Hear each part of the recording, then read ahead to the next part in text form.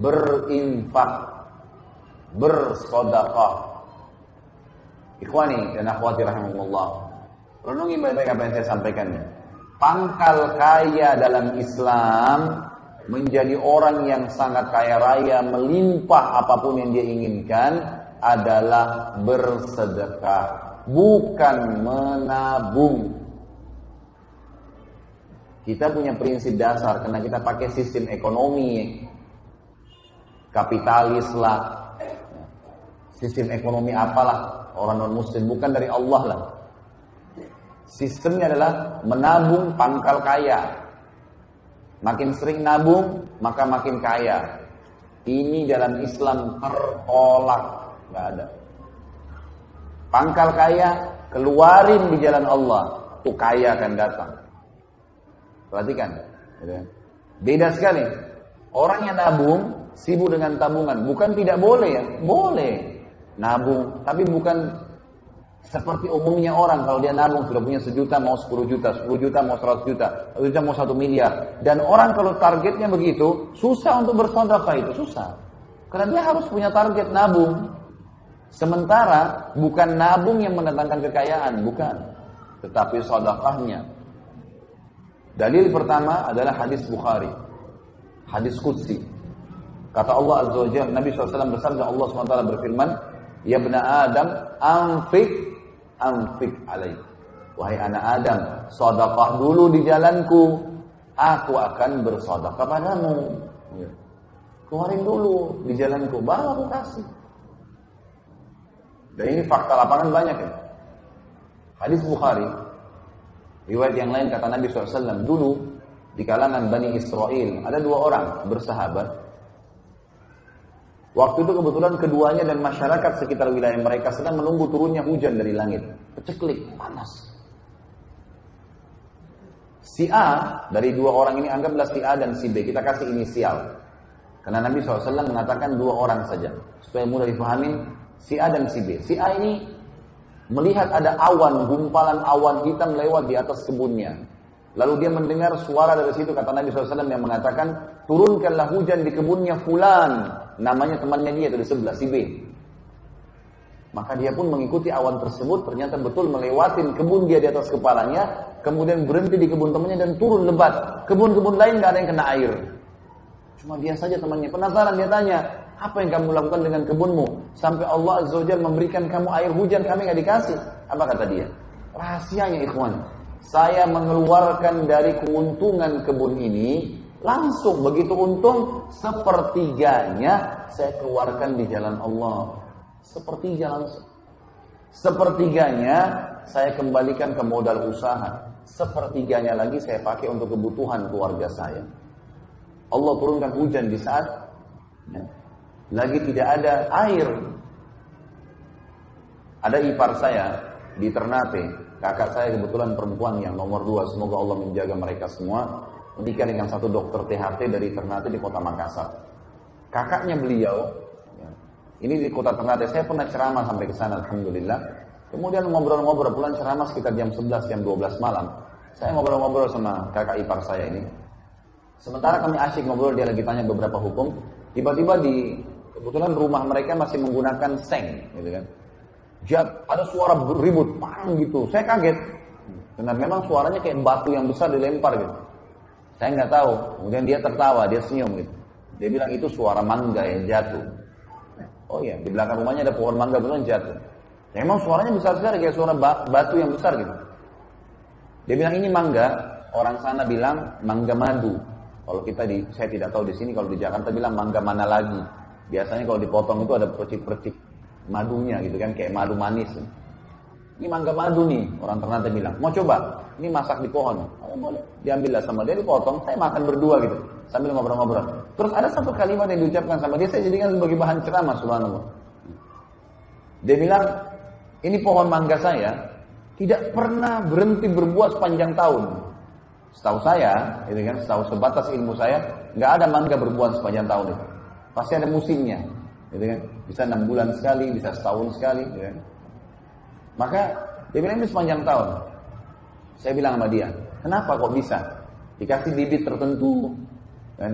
Atau mungkin di sini lembab, hujan terus. Dia bilang enggak, pohon mangga saya ini enggak pernah saya larang orang ambil. Pohon mangganya enggak pernah dia larang. Kemudian ikhwani, saya sudahlah selesai pembicaraan dengan dia, istirahat. Besok pagi habis sholat subuh, kemudian sudah mulai agak terbit matahari, saya ke belakang rumahnya pamit. Saya mau lihat pohon mangganya. Pohon mangga itu mungkin tingginya cuma 3 meter. Saya lihat dengan mata kepala sendiri. Dan rumahnya tidak besar, kecil. Subhanallah, pohon mangga itu saya belum pernah lihat seumur hidup saya pohon mangga seperti itu. Pohon yang cuma 3 meter, daunnya lebat, buahnya itu saking banyaknya, dan beratnya itu sampai tergantung mau kena ke lantai, ke papin bloknya dia. Dan pohon ini ternyata setengahnya pohon itu di dalam rumahnya dia, setengah lagi di luar pagarnya. Gitu. Dia pas keluar, dia bilang sama saya, ini yang di dalam rumah, ini yang saya pakai dengan keluarga saya. Yang di luar tuh tepat seperti setengah, kayak terbagi 2 pohon itu. Setengahnya lagi siapapun lewat mau ambil silahkan. Sampai kadang-kadang pedagang lewat ngambil, dijualin sama dia, dibiarin. Terus saya bilang, oh ini rahasianya. Di Jakarta saya bilang, dan di sini juga saya bilang sama antum sekalian, bedakan dengan kondisi kita coba. Pohon mangga kita kalau ada buahnya, diapain buahnya? Dibungkus, diikat, kalau perlu tulis, jangan dicabut. Gimana nggak cuma 2-3 buah yang keluar gitu? Susah, pelitnya luar biasa gitu. Nggak bisa, keluarin, Allah kasih keajaiban tuh. Antum mau lihat efeknya, seketika coba nanti, kalau lagi mampir di satu rumah makan, gitu kan? Antum makan, misalnya rumah makan apa yang enak, antum makan misalnya 30.000 atau 50.000 rupiah. Selesai makan, antum merasa nikmat, alhamdulillah, syukuri Allah. Kemudian coba beli makanan yang seperti antum makan, pasti sama. Lauknya sama, nasinya sama-sama, persebungkus, satu lengkap, keluar cari siapapun kasih. Niat sedekahin sebagai tanda syukur karena Allah sudah kasih saya ini, saya balas dengan itu. Lihat bagaimana responnya Allah nanti datang rezekinya. Dan ini melebar ya, ini bukan kemana-mana. Bisa saja dengan satu bungkus nasi, Allah nggak balas kita dengan satu bungkus nasi, tapi mungkin Allah kasih kesehatan 3 bulan, 1 tahun. Mungkin nanti ada yang traktir kita makan berulang-ulang. Mungkin macam-macam. Ada kisah yang menarik. Kisah ulama tabi'in yang bernama Abdullah ibn Mubarak. Abdullah ibn Mubarak rahimahullah terkenal. Ulama tabi'in yang masyhur dengan kesolehannya. Dan dia bersahabat dekat dengan ulama tabi'in yang lain bernama Fudail ibn Iyad. Rahimahullah semuanya. Ini 2 orang ini terkenal sekali. Jadi hampir subhanallah, apalagi kalau berbicara tentang masalah tazkiyatun nafs, ya, kesucian hati, jiwa. Ini 2 orang ini selalu muncul namanya nih. Abdullah bin Mubarak dan Fudail bin Iyad. Ini 2 orang saling bersahabat. Tentu ada kisah-kisah masa lalu mereka, tapi saya bahas langsung ke the point. Ada satu perilaku yang menarik nih. Keduanya ini kebetulan orang kaya raya, pengusaha, ya. Tentu Fudail bin Iyad dulu ini bekas perampok, tapi sadar. Ada kisah sendiri bagaimana dia sadar ya. Saya nggak bahas itu. Setelah dia sadar, dia belajari agama, dia mulai hafal Quran, jadi ulama, dan akhirnya jadi pengusaha. Bersahabat dekat dengan Abdullah bin Mubarak. Ada satu tradisi yang mereka lakukan menarik nih. Jadi Abdullah bin Mubarak sama Fudail bin Iyad ini suka janjian. Sholat subuh kita sholat di Masjid Ayah, misal contoh. Ya. Kemudian duhur, asar, maghrib kita pisah tempat. Misalnya nanti Abdullah bin Mubarak bilang sama Fudail bin Iyad, nanti kamu duhur, asar, maghrib, kamu sholatnya di Masjid B, C, D. Nanti saya sholat di Masjid E, F, G. Di Isya, nanti kita ketemu di Masjid H. Jadi subuh mereka satu masjid, Isya mereka satu masjid. Jadi 3 waktu sholat mereka pisah. Jadi kalau temannya sholat di masjid ini, dia sholat tempat lain. Untuk apa? Di 3 waktu sholat itu, duhur, asar, dan maghrib, tidak meluangkan waktu terlalu banyak. Habis sholat 5 waktu, khusus saja, mereka tuh selalu janjian untuk mencari siapa orang yang masih tinggal di masjid dan ibadah apa yang sedang dikerjakan. Misal, ada orang di pinggir masjid sana lagi baca Quran, didatangin sama dia. Kenapa Anda baca Quran? Apa motivasinya? Oh ini. Jadi dia dapat ilmu lagi. Ada orang di sana di ujung sujudnya lama. Ditanya sama dia, kenapa Anda sujud lama? Apa motivasinya? Ada yang apa saja ibadah yang dia lihat di masjid itu saja. Kalau nggak ada ya sudah. Tapi kalau ada, duhur, asar, maghrib. Nanti Isya mereka saling sharing. Nih tadi saya ketemu ini nih, tadi saya lihat begini. Jadi tiap hari selalu dapat kisah-kisah baru gitu dari orang-orang yang melakukan ibadah untuk meningkatkan kualitas ibadah mereka. Dan ini satu perilaku yang luar biasa ya.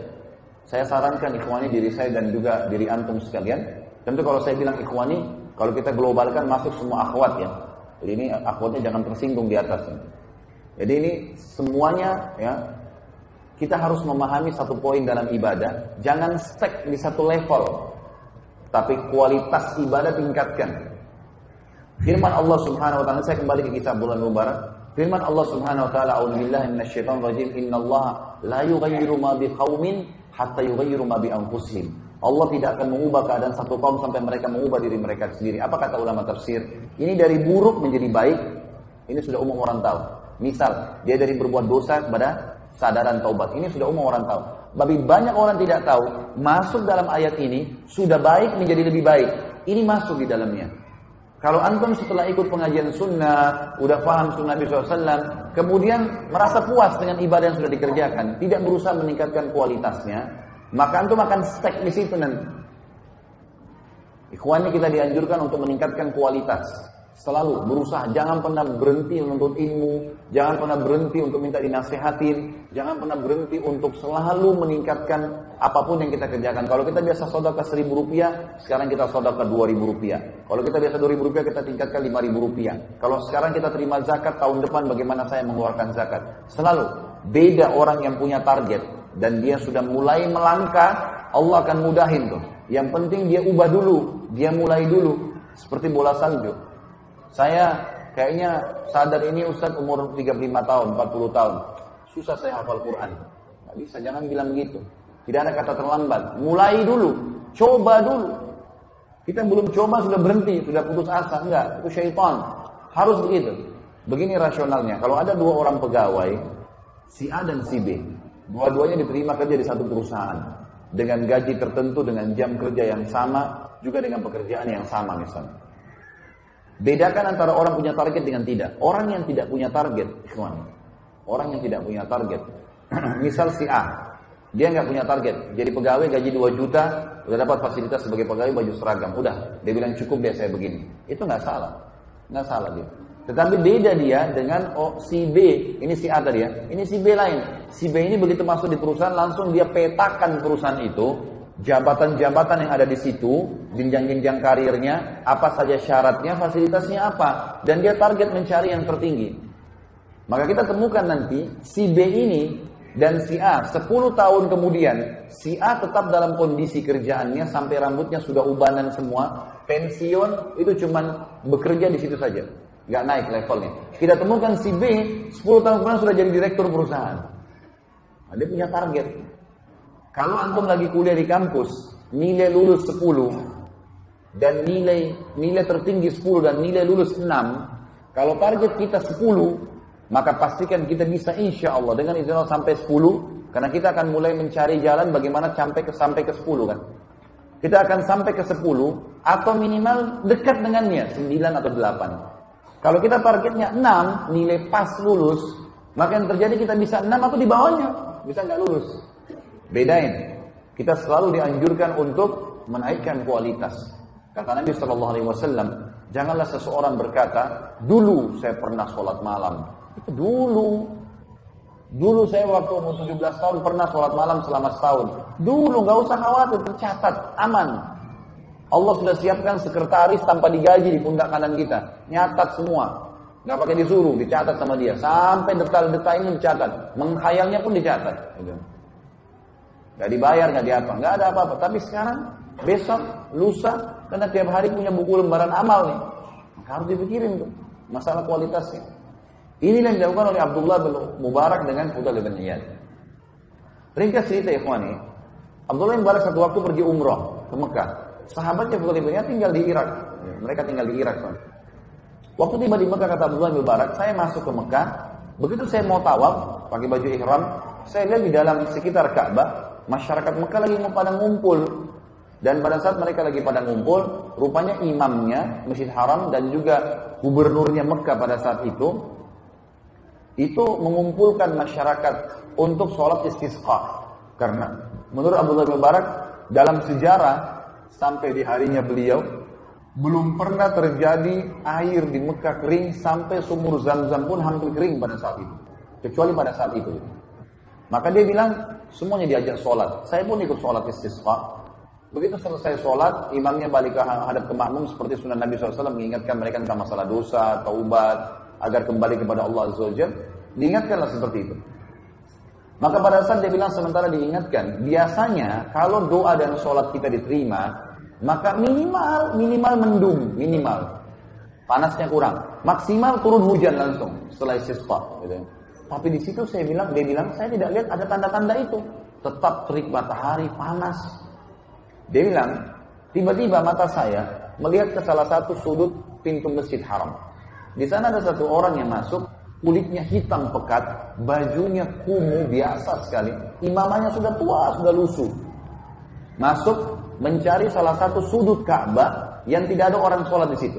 Jadi misal kita ibaratkan, maaf, HP ini Ka'bah, maka misalnya ada sisi di sekitar sini, ya, yang orang sholat, dia cari sudut yang tidak ada orang, supaya tidak ketahuan gitu. Karena waktu itu jumlah masyarakat masih sedikit. Kata Mubarak, saya lihat orang itu perhatikan dia masuk, kemudian dia sholat di salah satu sudut Ka'bah. Lalu mulailah dia hadap kiblat, dia bertakbir. Kata Abdullah Mubarak, jangan tanyakan bagaimana indahnya sholatnya orang itu. Dari takbir Allahu Akbar, tenang, tumaknina luar biasa. Baca tenang, ruku Allahu Akbar, tenang, dinikmatin semua gerakannya. Karena memang setiap gerakan dan bacaan berpahala, ikhwan. Kemudian sami Allahu liman hamidah, sampai salam indah. Kata Abdullah Mubarak, saya belum pernah lihat ada orang sholat seindah itu, luar biasa. Dan kemudian Abdullah Mubarak bilang, saya dekatin, tapi orang itu tidak tahu lagi didekatin dari belakang. Tiba-tiba orang ini selesai salam, mengangkat tangan ke langit sambil mengatakan, aqsamtu bika rabbi an tunazzil alaihim matara. Aku bersumpah atas namamu wahai Tuhanku, turunkanlah hujan untuk mereka tuh yang lagi sholat istisqa. Kata Abdullah Mubarak, kejadian aneh luar biasa, ajaib luar biasa. Tiba-tiba mendung, hujan turun, lebat.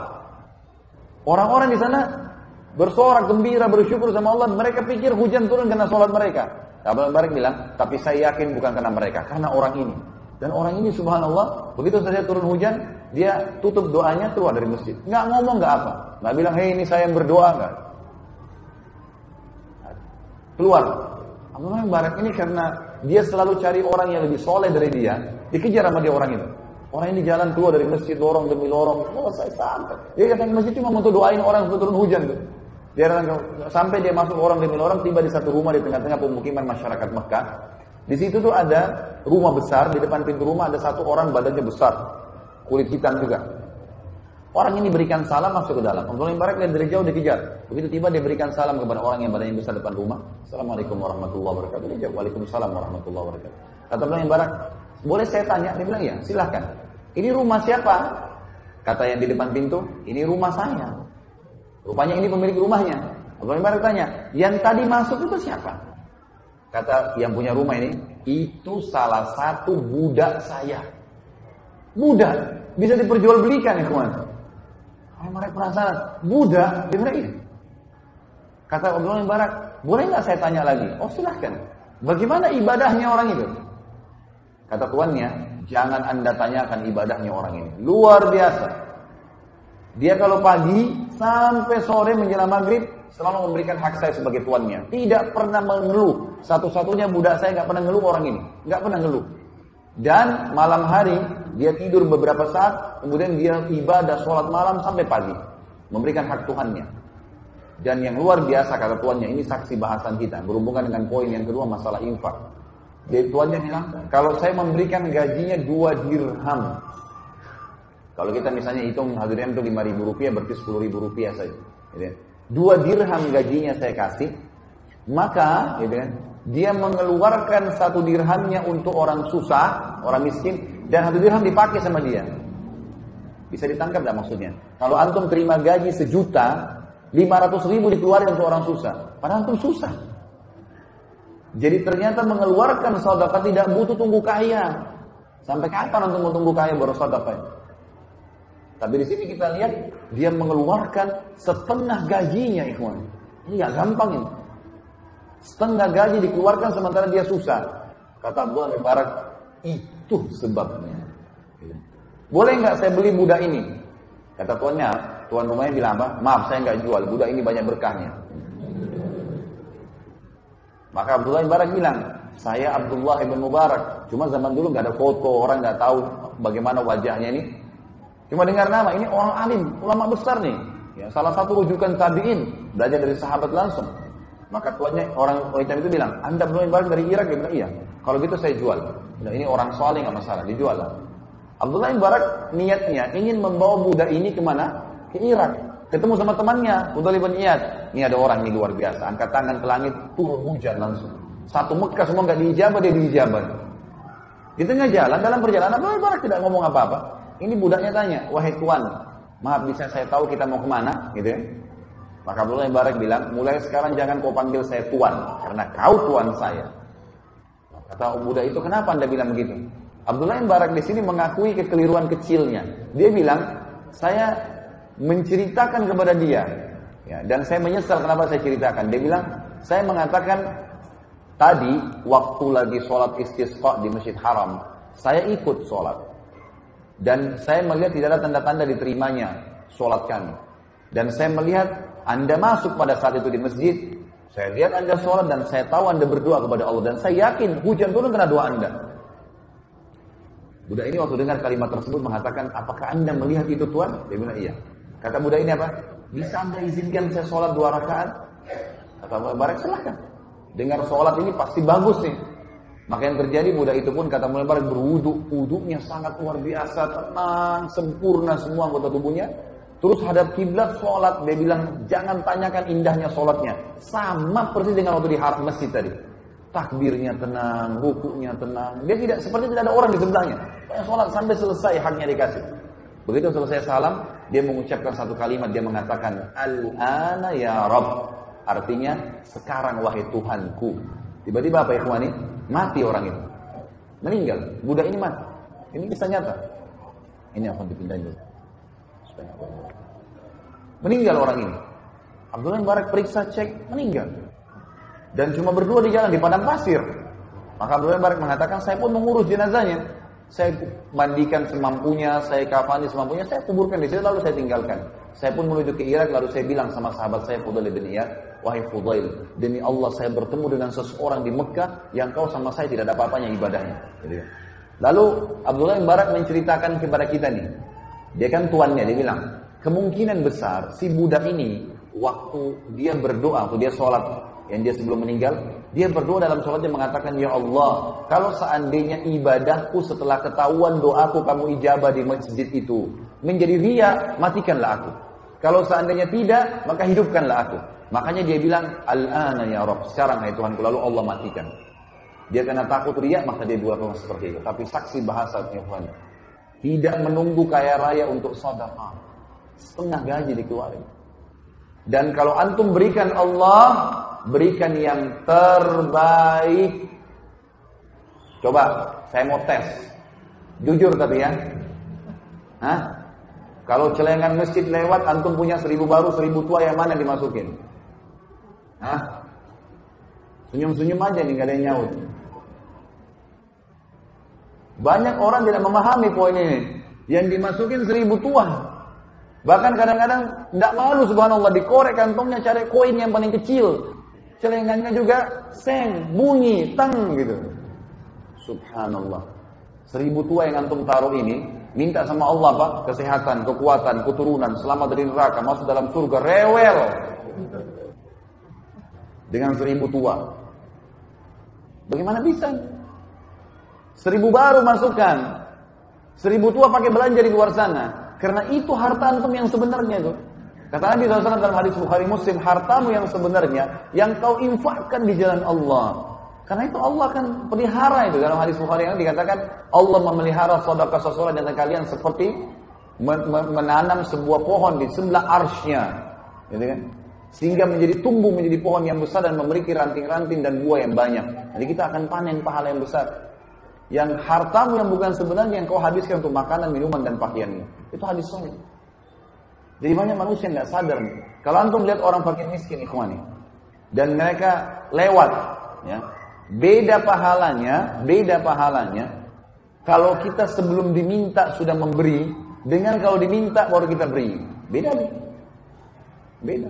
Beda pahalanya orang sebelum tidur niat sholat malam, dengan orang kebetulan bangun mau sholat malam. Sama-sama dapat pahala tapi beda. Punya nilai plus. Perlu difahamin poin ini. Ini penting sekali, ikhwan. Berikan yang terbaik untuk Allah Subhanahu wa taala. Kita lagi buka dompet. Ada orang fakir miskin lewat, ada 5.000, ada 50.000, ada 100.000. Yang mana syaitan bisikin supaya antum kasih? 5.000. Itu pun 5.000 dikatakan masih besar. Coba cari di kantong kamu mungkin ada 1.000 yang kelipat. Ambil 100.000 keluarin. Kasih fakir miskin. Itu kata kuncinya. Ikhwani, hadir majlis ilmu seperti ini tujuannya mengubah keadaan. Ini bukan testimoni, tes hadir. Atau seremoni ngeramaikan, bukan. Antum keluar di sana, berubah. Praktekin ilmu. Ini bukan cuma dongeng kita duduk di sini di masjid, cerita-cerita kosong, enggak. Semua kisah nyata yang saya sampaikan ikhwan ini masukkan dalam hati. Praktekin. Harus begitu. Baru bisa tuh, ilmu itu tidak bisa cuma sekedar dicatat, cuma sekedar oh iya, dengar bagus ya kisahnya, enggak. Antum buat apa dengan ilmu itu? Karena kisah-kisah ini ternukil kepada kita, ikhwani, Allah SWT jaga supaya kita contohi, supaya kita praktekin. Mulai sekarang sedekah yang terbaik, keluarkan. Jangan tunggu kaya raya. Kalau orang kaya cuma keluarin, subhanallah, kadang-kadang saya tegur jemaah saya di Jakarta. Di lampu merah Jakarta biasa ada orang minta tuh. Ada fakir miskin susah, bajunya sudah rusak, kesian kotor, ya Allah, sudah luar biasa. Itu mobilnya mewah. Begitu ketok-ketok kaca, dibuka sedikit kacanya. Dikeluarin jarinya yang keluar koin 500 rupiah. La ilaha illallah. Mobil mewah, cerminnya lagi ditutup, sudah buka, gak mau lihat orang susah itu. Buka cermin antum tuh. Ambil uang 5.000, 10.000, kasih ke tangannya dia. Kalau sesama jenis, salaman sama dia, ya kawan. Jangan sampai masukkan dalam hati. Siapa dalam kesombongan, siapa dalam hatinya ada sifat sombong seperti biji sawi, tidak akan cium bau surga. Kata Nabi SAW dalam hadis Bukhari yang lain, innama turzaquna li fuqara'ikum. Kalian dikasih rezeki justru karena orang-orang susah kalian tuh. Mereka itu. Ibnu Abbas kalau nggak mendapatkan ada yang datang minta-minta ke rumahnya, beliau keluar radhiyallahu anhu cari orang lalu dikasih. Gak ada orang yang gemar bersedekah itu kemudian miskin, gak ada. Saya menceritakan ayah saya pribadi di kota Makassar. Semoga Allah menjaga beliau sekarang masih hidup, alhamdulillah. Dan beliau tidak hadir. Dan ini bukan masalah riya, tapi saya mengambil pelajaran. Ayah saya punya satu tradisi, ikhwani, yang saya terharu betul, luar biasa gitu. Di kota Makassar dari sudah lama, ini sudah hitungan tahunan. Saya sudah tidak tahu berapa puluh tahun dijalankan oleh beliau. Umurnya sekarang sudah 80 tahunan gitu. Beliau selalu setiap pagi habis sholat duha jam 8:30, jam 9 keluar. Kadang-kadang beliau bawa mobil sendiri atau memang ada yang temanin, ada sekretarisnya yang temanin gitu, dari yayasan di Makassar. Itu subhanallah beliau keliling satu kota Makassar tuh. Ada tempat-tempat tertentu yang didatangi oleh beliau itu orang-orang kusta. Banyak sekali jumlahnya. Di tempat-tempat mereka kumpul. Lalu ayah saya datang dan yang dikeluarkan selalu diminta dari bank uang-uang yang baru. Memang tidak besar, uang 2.000, uang 5.000, uang 10.000, uang 20.000, tapi uang baru. Kemudian ayah saya punya satu hal yang sering beliau lakukan, itu beliau selalu taruh minyak wangi di tangannya, pakai minyak wangi jadi wangi. Jadi uang ini kalau disentuh jadi wangi gitu. Dikasih ke orang-orang fakir miskin ini. Saya sampai syuting gitu. Setiap dikasih dalam bahasa-bahasa Makassar biasa disebutkan gitu kan. Dia berdoa, semoga nanti Pak Haji dipanjangin umurnya, semoga nanti banyak rezekinya, selalu. Kalau saya hitung ikhwani, kalau saya hitung pribadi ya, itu beliau keluarkan satu hari bisa tidak kurang dari 700 sampai 1 juta rupiah. Itu selalu dikurangin. Padahal keadaan ekonomi bukan seorang miliarder, bukan.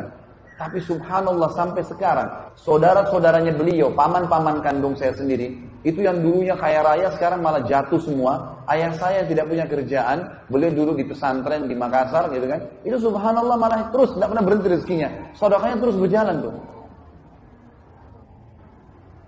Kenapa?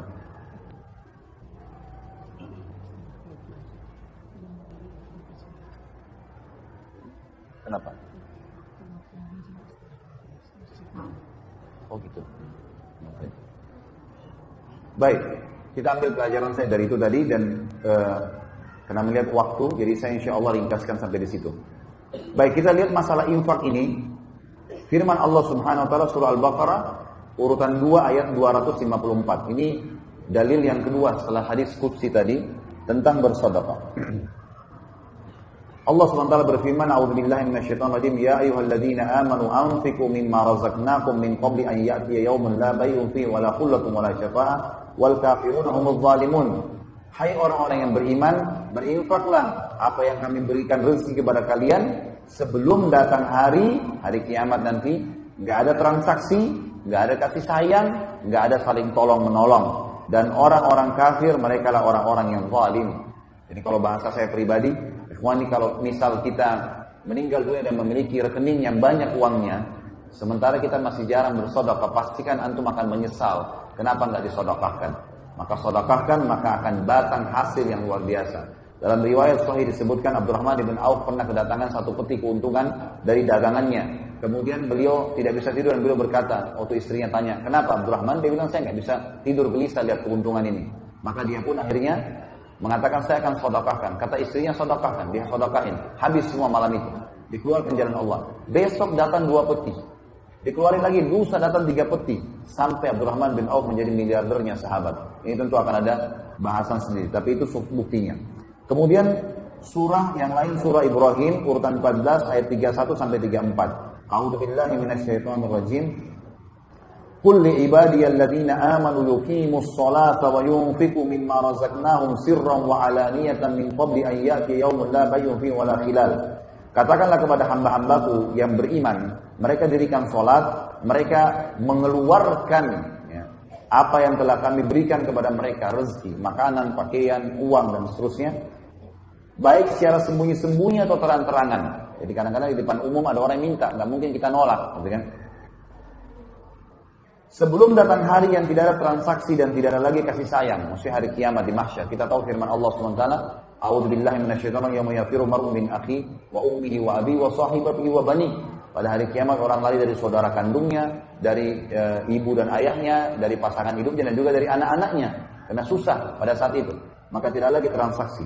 Kata Allah, yang menyuruh kalian sholat dan menginfakkan apa yang kalian inginkan, apa yang kalian dapatkan rezeki supaya bertambah rezeki kalian, Allah bilang, Allahul ladzi khalaqas samawati wal arda wa anzala minas samai ma'an fa akhraja bihi minas thamarati rizqan lakum.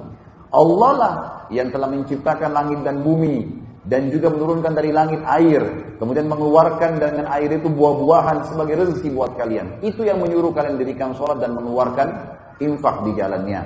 Wa sakhkhara lakumul fulka litajriya fil bahri bi amri wa sakhkhara lakumul anhar, dan dia juga yang telah menundukkan lautan sehingga bahtera-bahtera kalian bisa mengaum di atasnya, bisa jalan di atas air itu, sehingga kapal-kapal ini bisa memuat kebutuhan manusia, bisa mengambil kekayaan-kekayaan laut dari hewan-hewannya, ikan dan seterusnya. Dan juga Allah tundukkan buat kalian sungai-sungai. Wa sakhkhara lakumus syamsa wal qamara da'ibain, dan juga dia menundukkan buat kalian matahari dan bulan yang da'ibain, rutin. Setiap pagi begini terbit sampai terbenam malam, kemudian malam ada bulan, terus begitu memenuhi kebutuhan manusia. Wa sakhkhara lakumul laila wan nahar, dan dia juga telah menundukkan buat kalian malam dan siang. Wa ataakum min kulli ma sa'altumuh, dan dia memberikan kepada kalian semua yang kalian minta. Wa in ta'uddu ni'matallahi la tuhsuha, kalau kalian ingin menghitung nikmat Allah maka kalian tidak akan mampu. Innal insana lazalumun kafar, sesungguhnya manusia itu zalim terhadap dirinya sendiri. Dia tahu dengan bersyukur, dengan bersedekah bisa bertambah, tapi dia tidak mau. Kafar, suka memungkiri nikmat Allah Subhanahu wa taala. Yang ketiga adalah halalan thayyibah, menikmati yang halal dan meninggalkan yang haram. Halal yang Allah bolehkan, haram yang Allah larang, gitu kan? Jauhi semua. Pokoknya haram sedikit pun jangan sentuh. Syubhat saja tinggalkan, tidak perlu. Antum tidak akan mati gara-gara tinggalkan yang haram, tidak. Kadang-kadang orang kena gengsi, restoran ini dikenal namanya. Ini syubhat, mungkin halal, mungkin tidak apa-apa deh, yang penting saya coba, nggak bisa. Sedikit masuk yang haram bisa berbahaya. Ingat sabda Nabi SAW dalam hadis Bukhari, lahmun nabata min suhtin an-naru awla bihi. Daging yang tumbuh dari hal yang haram, maka neraka lebih pantas baginya. Allah Subhanahu wa taala menyuruh kita menikmati yang halal dan thayyib. Halal yang dibolehkan, halal thayyib ini berkualitas. Jadi termasuk mensyukuri nikmat ikhwani dan akhwati. adalah kalau kita ada anggur dengan harga 50.000 per kilo. Dan ada anggur harganya 100.000 per kilo. Antum mampu beli yang 100.000, beli yang 100.000. Itu bukan mubazir. Tapi itu termasuk bagian dari syukur nikmat. Termasuk bagian dari syukur nikmat. Kita pengen baju, ada baju harga 50.000, ada baju 100.000. Dan kita mampu beli yang 100.000. Beli yang 100.000, nggak apa-apa. Yang penting, dalam kaidahnya ulama bilang, la ifrat wa la tafrit. Ifrat itu terlalu berlebihan, dan tafrit terlalu pelit. Berada di tengah-tengahnya. Tidak perlu juga kita punya 100 lembar baju. Tidak perlu juga kita punya 10 mobil. Tapi boleh dalam Islam menggunakan kendaraan yang mewah. Rumah yang bagus. Memakan makanan yang berkualitas. Itu semua diperintahkan dalam agama. Pernah Abu Hanifah kedatangan seseorang muridnya. Yang berantakan bajunya. Rambutnya juga berantakan. Hadir di majelisnya. Abu Hanifah rahimahullah seorang ulama mazhab 4. Salah satunya dan terkenal dengan kekayaannya. Beliau pedagang pemasok terbesar di Irak waktu itu. Sutra, kain sutra. Imam Abu Hanifah selesai bubar pengajian, melihat orang itu masih ada lalu dipanggil. Kata Imam Abu Hanifah rahimahullah, coba kamu ke mihrab, angkat sejadah saya, ambil apa yang dibawa sejadah. Maka orang ini pun datang, mengangkat, ternyata di bawah ada sekitar 500 dirham uang. Lalu kata orangnya di bawah, ini imam. Imam ini kayak kita sekarang kiai atau guru gitu. Ini, kata Abu Hanifah, ambillah, perbaiki keadaanmu. Ambil. Imam Abu Hanifah mau sedekahkan gitu. Orang itu tiba-tiba mengatakan kalimat yang aneh gitu. Dia bilang, tapi saya orang kaya imam, saya nggak butuh. Kata Abu Hanifah, kalau begitu, melihat keadaannya dia berantakan, bajunya kotor, rambutnya berantakan. Maka Imam Hanifah mengatakan, mana kau dari sabda Nabi SAW? Inna Allah yuhibbu an yara athara ni'amihi ala abdi. Allah suka melihat bekas nikmatnya pada hambanya. Jadi di sini kita dibolehkan. Jangan pernah antum mengatakan dengan pakai baju kumuh, baju kotor, makan roti kering bagian dari Islam. Sama sekali tidak. Nabi SAW menggunakan baju dari kain kutun Yaman. Nabi SAW memiliki kuda yang terbaik. Nabi SAW suka menjaga kebersihan dan wangi badannya, pakaiannya dan seterusnya. Gitu ya. Tapi Nabi SAW tidak berlebih-lebihan. Tidak berlebih-lebihan. Allah SWT mengatakan tentang masalah ini dalam surah Al-Ma'idah urutan 5 ayat 87 sampai 88. A'udzu billahi minasyaitonir rajim. Ya ayyuhalladzina amanu la tuharrimu thayyibati ma ahallallahu lakum wa la ta'tadu. Hai orang-orang yang beriman, jangan kalian haramkan kebaikan-kebaikan. Maksudnya gara-gara mau perhitungan akhirnya tidak mau beli makanan yang lebih enak. Enggak boleh, asal jangan beli berlebihan, jangan mubazir, gitu kan? Jangan kalian haramkan kebaikan-kebaikan yang telah Allah halalkan buat kalian dan jangan ta'tadu, jangan beli berlebihan. Innallaha la yuhibbul mu'tadin. Allah tidak suka dengan yang berlebihan. Wa kulu mimma razaqakumullahu halalan thayyiba. Makan, minum, nikmatin apa yang telah Allah siapkan sebagai rezeki yang halal, yang boleh dan thayyiba, yang berkualitas.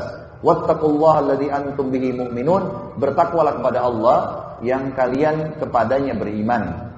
Dalam surah An-Nahl urutan 16 ayat 114, Allah SWT juga berfirman, A'udzubillahi minasyaitonirrajim. Faqulu mimma razaqakumullahu halalan thayyiban washkuru ni'matallahi in kuntum iyyahu ta'budun. Makanlah dan minumlah apa yang telah Allah jadikan sebagai rezeki kalian yang halal, yang dibolehkan saja dan thayyibah serta yang berkualitas, dan bersyukurlah, syukuri nikmat-nikmat Allah itu kalau kalian kepadanya menyembah.